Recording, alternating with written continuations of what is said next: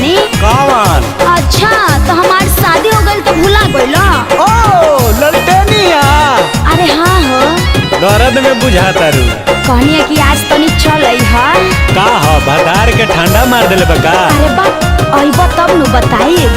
ए फोनवे पे बताओ। अच्छा तो सुना। सुनाओ। नैहर के मजा दे हब ससुराल में। अच्छा। पाउडर लगा के गोरे गोरे गाल में। अरे समझ तरनू। नैहर के मजा दे हब ससुराल में। पाउडर लगा के गोरे गोरे गाल में। हई जवानी के छिलका ये राजा आके जरा छिलिए।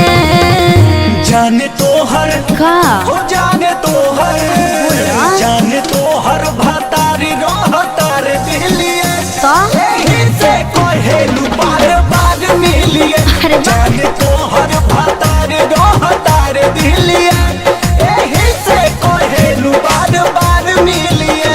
तो ठीक है नु बा।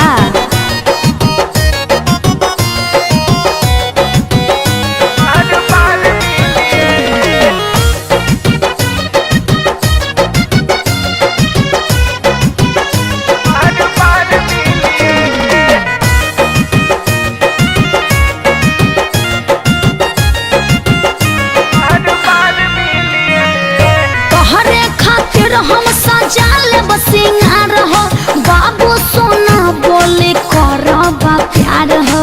तोहरो मैटर सीरियस लगता। अरे सही कहता नी।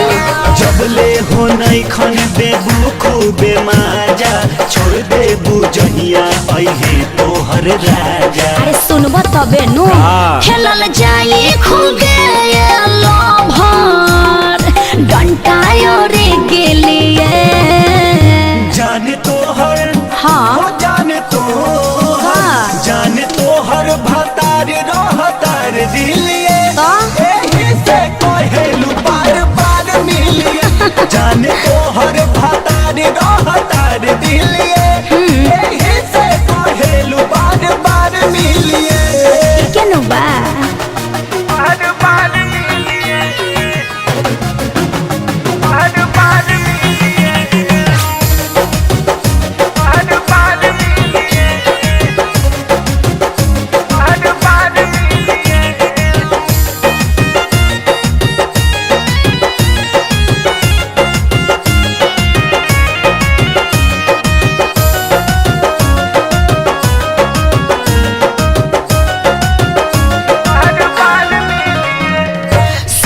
संगम हवन बड़ा बेदर्दी बुझल नाही मनवा के मरजी ना सुधरबू। अरे तनिको फीलिंग नहीं खन समझ। रहे के सीखेला सावन के बिना अहे भातार तो सकैह तू सीना प्यार पहले के जैसे रे पगला हम दे बतेले ली है। जाने तो हर का जाने तो हर बोला। जाने तो हर भातारी रहतार दिलिए। अच्छा एही से कहतार बार बार मिलिए।